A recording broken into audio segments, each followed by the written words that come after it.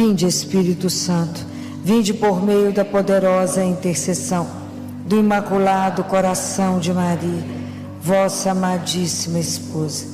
Vinde, Espírito Santo, vinde por meio da poderosa intercessão do Imaculado Coração de Maria, vossa amadíssima esposa. Vinde, Espírito Santo, vinde por meio da poderosa intercessão do Imaculado Coração de Maria, vossa amadíssima esposa. Amém. Obrigada. Quem tiver com a palavra de Deus, abra a Bíblia em Marcos capítulo 10, versículo de 46 a 52. Foi o evangelho de domingo. Chegaram a Jericó.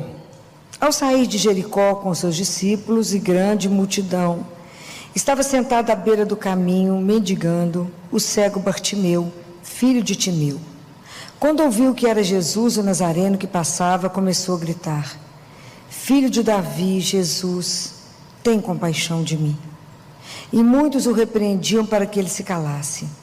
Ele, porém, gritava mais ainda: Filho de Davi, tem compaixão de mim. Detendo-se, Jesus disse: chamai-o. Chamaram o cego, dizendo-lhe: coragem, ele te chama, levanta-te. Deixando o manto, deu um pulo e foi até Jesus. Então Jesus lhe disse: que queres que te faça? O cego respondeu: Rabune, que eu possa ver novamente. Jesus lhe disse: vai, tua fé te salvou. No mesmo instante ele recuperou a vista e o seguia no caminho. Palavra da salvação. Esse trecho do Evangelho é o relato do último milagre que Jesus fez. Quando ele estava a caminho de Jerusalém, ele passa por Jericó, e esse é o último milagre. E é que ele encontra o mendigo à beira do caminho. Bartimeu, ele devia ser um homem que tinha a cegueira dele, deve ter causado algum impacto. Isso nos conta Santo Agostinho, porque Marcos conta o nome do pai e o nome dele. Então ele não fala de um cego, tinha um cego à beira do caminho, ele fala Bartimeu. Toda vez que a gente lê uma palavra e fala Bar, é pai. Então Bartimeu, filho de Timeu. Quando vocês estudam, vê algum filme de Jesus que fala Bar José, Jesus é o filho de José. Então, Bartimeu devia ser um homem que tinha algumas propriedades, tinha alguma coisa. Ele era uma pessoa que perdeu a visão. Então, ele não era um cego de nascença, ele já tinha visto. Tanto que ele fala: eu quero ver novamente. E ele perde e fica à beira do caminho. É um homem que se sente acabado. Ele está cego, está sentado e está à beira do caminho. Que muitas vezes é a nossa situação, O Bartimeu, ele é um modelo nosso.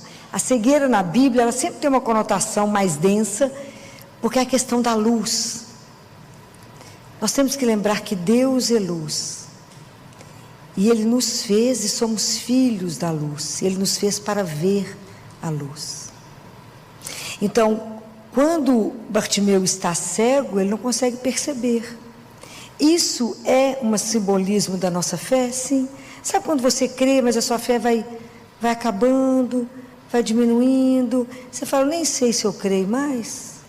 Ou eu creio assim, mas não é aquela fé que te motiva, não é aquela fé que te movimenta, é aquela fé que não te deixa sair do lugar. Você fica ali paradinho, é como se estivesse tudo muito bem, obrigado. Não é uma fé que te move por alegria, você não vive a vida com alegria, você apenas cumpre a vida. Compreende a diferença disso? Isso é muito diferente. Aquela pessoa que só repete o que tem que fazer, mas não vive com paixão, não faz a vida com paixão, não se envolve com nada, apenas cumpre. É muito triste, isso se arrasta pela vida. Porque quando você vê a luz, vocês imaginem que na hora que Bartimeu, Jesus escuta ele gritando, e que Jesus para e fala: chama. E a palavra é coragem, levanta-te. Porque às vezes é a palavra que a gente precisa hoje, Coragem, levanta. Vocês imaginam o encontro Jesus diante do cego. Imagina, é um mendigo diante de rei, literalmente, né? Alguém que quer curar e alguém que precisa ser curado. É um encontro de duas liberdades, né? Um encontro de duas vontades. A nossa vida só vai mudar, gente, o dia que você tiver um encontro. Um dia que ele olhar no seu olho e te quebrar. Esse dia, você vai ser um antes e um depois. Não tem jeito. A nossa fé, ela, para poder crescer, ela precisa de um encontro. E o encontro não é com uma ideia, é com uma pessoa. Não tem jeito. Não tem jeito de eu acreditar porque você acredita. Eu acredito porque eu encontrei com ele. Ele olhou no meu olho e eu fui quebrado. Senão, não. Senão eu vou estar sempre vivendo com o personagem do passado. Jesus é real, agora, vivo. Ele permite esse encontro hoje. Quando eu leio a palavra, isso aqui é ele disfarçado. Quando ele fala conosco, Bartimeu, sou eu hoje. Sua fé está fraca. É sua fé que precisa ser movimentada. E é tão interessante que, claro que Jesus sabia o que ele queria. Quando Jesus pergunta para ele, o que queres que eu te faça? Claro que Jesus sabia. Mas isso aqui tem um sentido maior. É lindo isso, porque Deus quer que o filho dele responda e fale com ele o que ele quer. Eu quero voltar a ver a luz. Eu quero voltar a ver o meu Deus e meu Senhor. Eu quero, por dignidade que eu tenho, porque eu sou filho do Altíssimo, estar de pé e pedir aquilo que me é de direito pedir. Eu quero ver a luz. Olha como é que Deus faz. Quando Santo Agostinho comenta Bartimeu, ele fala, Bartimeu quando perde, porque às vezes a gente perde riqueza, mas não é riqueza material. Às vezes a gente tem riquezas que a gente desconhece, e uma delas é de ser cristão. Uma delas é de ser filho do Altíssimo. E às vezes a gente perde essa dignidade. E Deus quer nos colocar de pé, coragem. Coragem, você tem uma dignidade. Coragem, você pode me gritar, Jesus, tem piedade de mim. Olha que oração belíssima, curta e objetiva. Essa oração quem fez igual foi o publicano. Quando sobe ao templo, lembra que ele está diante de um fariseu? Ele entra no templo, não se sente digno, bate no peito e fala, meu Deus, tem de piedade de mim, porque sou pecador. E o fariseu reza assim, obrigado Senhor, porque eu não sou igual a ele, tá? Eu pago o dízimo de tudo, faço tudo. Quem que saiu de lá melhor? O que gritou e bateu no peito, Senhor, tem de piedade de mim. Então você imagina a riqueza de alguém que pode ver o próprio pecado, que ver a própria miséria. Porque para mim poder mudar a minha situação, eu tenho que ver. Se eu achar que estou bem, que não sou cega, eu vou pedir cura de quê? Nada. A fé é um caminho. A nossa caminhada com Jesus é um caminho. Não tem jeito. Porque tem um querer nosso, para que a gente possa caminhar. Eu tenho que ter um querer. Eu tenho que buscar por isso, porque não tem jeito de você ter um encontro com Jesus e não dar testemunho disso, porque você é invadido por uma alegria que não te pertence. Uma alegria de poder ver a vida de um outro jeito. Você passa a ver a situação com um outro olhar, porque Ele te abriu os olhos. E é isso que a gente precisa pedir a Ele. Senhor, abre meus olhos, me dá a luz para que eu veja. Para que eu veja a beleza desse projeto do Senhor de salvação, desse mistério, essa beleza de ter sido criada para uma eternidade, essa beleza de ser filho do Altíssimo. Por causa de Jesus nós somos filhos adotivos. Me ajuda a ver na dificuldade, na alegria, na tristeza, me ajuda a ver a vossa santíssima vontade. Me ajuda a ver quando eu tenho que ajudar ou quando eu não tenho. Me ajuda o que eu tenho que fazer diante de uma situação. Me faça ver. Não me deixe passar ao largo, Senhor. Tire a minha cegueira. Eu quero ver a luz. Mas isso é uma opção. Porque se eu acho que está tudo bem, que o que eu estou vendo está bom, eu não tenho que pedir a Ele para curar.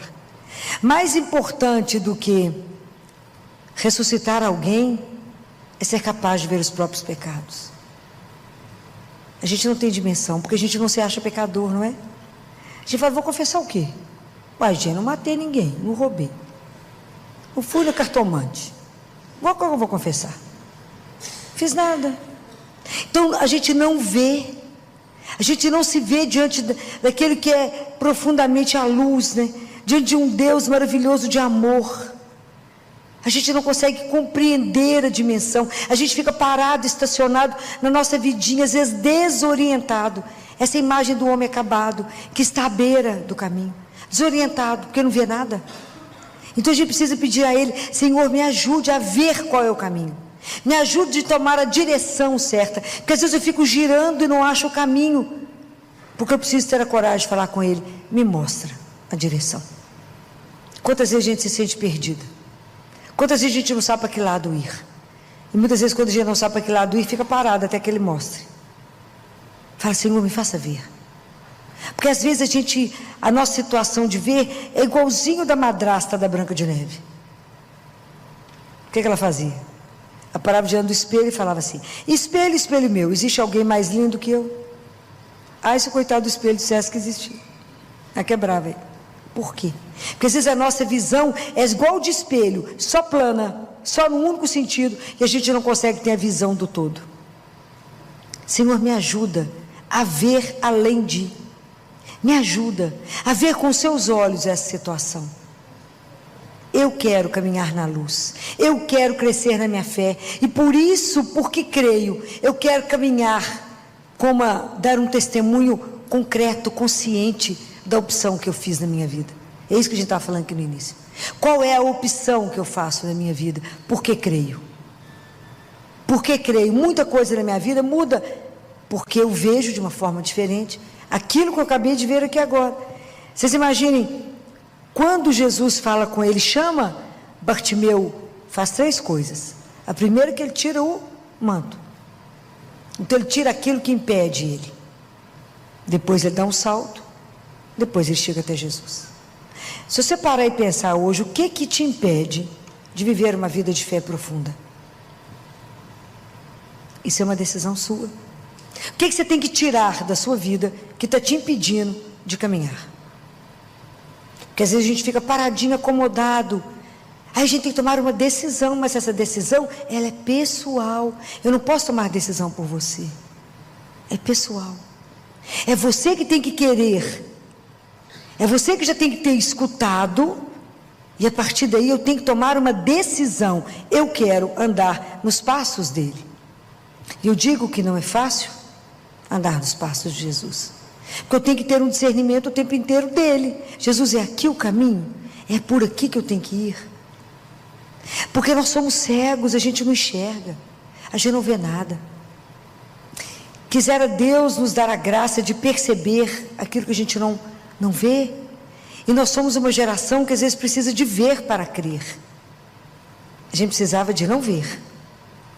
Então é tão interessante isso, né, que quando João Paulo II, né, como a gente tem saudade dele, foi aos Estados Unidos dar uma palestra.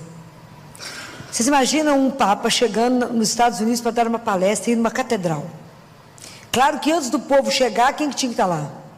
Polícia, não é? Eles tinham que olhar tudo, a segurança absoluta. Era um papa, eles tinham que olhar tudo e mais alguma coisa, até as esquinas. Então, antes da população chegar, porque viria uma multidão, eles vão antes, e além de tudo conferido, eles entravam e levaram os cães farejadores, para ver se localizava alguma coisa que eles poderiam não ver, e com isso o Papa correr um risco.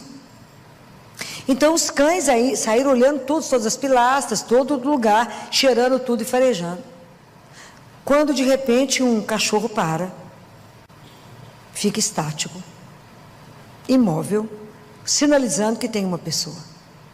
E aí o treinador dele vem atrás, e esse cachorro está parado diante do sacrário, revelando que tem uma pessoa. E nós entramos e saímos, e não prestamos atenção. Não é de assustar? O cachorro fica parado, sinalizando que tem uma pessoa ali atrás. Esse Deus é de chorar, porque Ele permanece vivo para cada um de nós. Ele está ali, vivo, a nos esperar. Mas como é difícil abrir os olhos para ver, não é? Porque realmente a adoração, ela é árida. Essas palavras são de Jesus. É uma devoção árida, porque vocês não veem nada, Ele fala. Mas eu estou ali. Eu trabalho na sua alma. Então a gente precisa pedir a Jesus a graça de não esperar ver com esses olhos, mas com os olhos da alma. Fala: Senhor, me ensina, me ajuda a ver, me ajuda a acreditar, me ajuda a ver na minha vida o que hoje me impede de dar um salto em direção ao Senhor.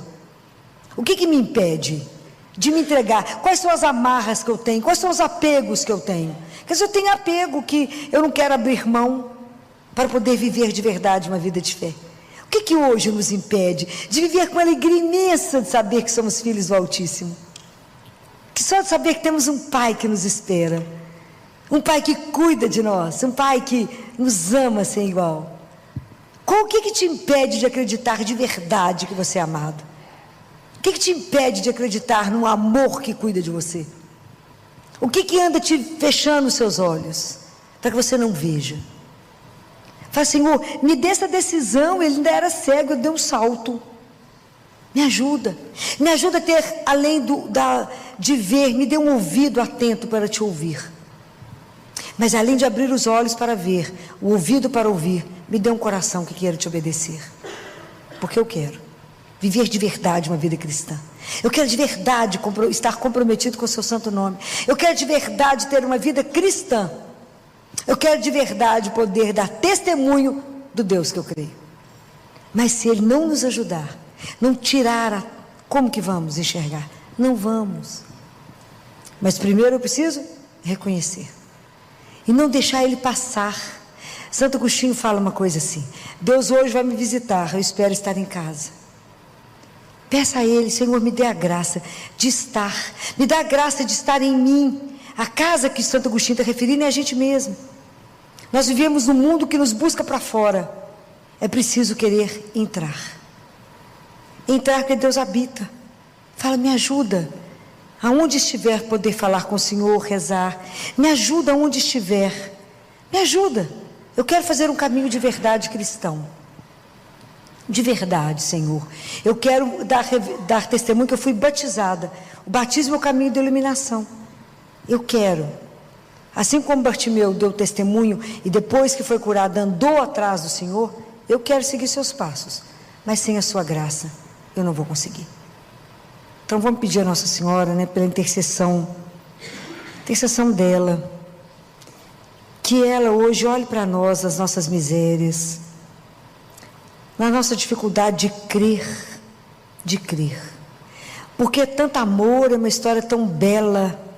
Esse mistério da salvação é algo tão encantador, é algo que um dia nós vamos ficar tão perplexos,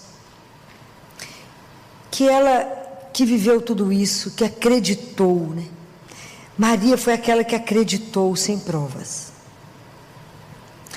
Eu fico pensando em quantos sims ela falou, fico pensando que mulher é ela. Ela me emociona, Maria, ela me emociona. Uma menina que disse sim, que acreditou. E porque acreditou, Deus pôde fazer na vida dela o que Ele quis. E a gente, porque não acredita, Deus fica impedido de realizar na nossa vida o sonho dEle. Porque a gente põe limite a Deus. E a única coisa que Deus não pode é mudar a nossa liberdade. Ele nos deu, Ele nunca vai tirá-la. Então se a gente falar com Ele: você só pode vir até aqui, Ele fala: ok. Ele nunca vai nos invadir, nunca. Mas nós corremos o risco de não viver em plenitude aquilo que Ele sonhou para nós. Então eu não gostaria que a gente frustrasse o sonho de Deus. Eu falo assim muito com Ele: não me deixa ser uma filha adotiva ingrata, mas me ajude a reconhecer esse Pai amoroso que cuida a cada instante, que nos ama. Me ajuda, a viver e deixar o Senhor fazer o que o Senhor quiser, como um barro na mão do oleiro. Deixa eu só fazer e refazer. E que Nossa Senhora, que foi essa mulher que acreditou, e acreditou, eu fico imaginando nas horas mais difíceis. Eu fico imaginando ela grávida, quando ela fez o caminho para Belém, dormindo ao relento, andando. Qual grávida daria conta de andar em cima de um burro? Sem reclamar, acreditando, sem saber o que ia acontecer. Eu quando vejo hoje cada criança que a gente aperta, aqueles nenenzinhos mais apaixonantes, e penso: Jesus veio assim. E ela devia olhar e falar assim: como é que isso vai salvar o mundo, meu Deus? Que plano é esse? E esperou 30 anos com o silêncio dele. Porque hoje não voltou para falar, agora o próximo passo é. Fico imaginando a angústia deles quando tiveram que fugir para o Egito. E era uma fuga rápida, mas ao mesmo tempo era devagar e com pressa, tudo ao mesmo tempo, porque eles não conheciam o caminho, tiveram que tomar um caminho paralelo. E tinha que ser rápido, porque estava cheio de guarda. E na chegada ao Egito teve bandido que ameaçou. Quanta coisa essa menina, esse casal viveu com o menino, sem saber, mas acreditou. Eu falo com ela, me ajuda a acreditar, mesmo diante do impossível, mesmo diante daquela situação que fala, não tem saída, quando ela recebeu ele morto nos braços. Pode imaginar, quando ela viu ele sendo crucificado, quando ela viu ele carregando uma cruz, e ela sabia quem ele era. Eu fico imaginando o que foi acreditar nessa hora. Que o filme do Mel Gibson relata ela segurando as pedras, apertando na mão até acabar a crucificação, quando ela solta as pedras. E ela não jogou na cabeça de nenhum romano. Mas ela esperou. Hoje eu dizia, quem acredita em Deus não desespera, espera. Mas é preciso de muita graça, é muita graça que precisamos para acreditar, quando a gente não vê nada. Então a gente fala, eu creio, põe o pé, Deus porá o chão. Eu creio, Deus, a gente põe o pé e Deus põe o chão. E assim a gente constrói a nossa história. É uma história de dizer sim a Ele todo dia, de todos os dias renovar. Eu creio, Senhor, mas aumenta a minha fé. Eu creio, mas me fortalece. Eu creio e peço a Nossa Senhora, me ajuda a acreditar. Quando ela pôs ele morto no braço, devia pensar naquilo que Gabriel falou, o reino dele não terá fim. Mas como ele está morto, todo machucado, ela beijando aquelas chagas. Primeira adoradora das chagas de Jesus foi ela. Sem saber o que ia acontecer. Mas acreditando, sozinha, porque o resto sumiu. Acreditando, não tinha onde encostar, pode imaginar isso? Ela não tinha em quem encostar para chorar. Permaneceu firme. Essa fé ninguém nunca mais vai ter. Mas é preciso que a gente, como filho, peça a ela, me ajuda a acreditar, porque na minha vida tão simples, tão nada, mesmo que seja um nada, que Deus possa fazer aquilo que Ele sonhou. Mas a Senhora não me der, não interceder por nós, a Senhora que é nossa mãe, como a gente vai conseguir? Mas que ela nos dê a graça de também perceber a passagem de Jesus e gritar, Jesus, Filho de Deus, tem de piedade de mim. Tem de compaixão da minha miséria, do meu nada. Me ponha de pé, Senhor. Restaura a minha dignidade de filho de Deus, de cristão. E fala, coragem, levanta-te. O que te espera é sem preço. Louvado seja nosso Senhor Jesus Cristo. Seja louvado.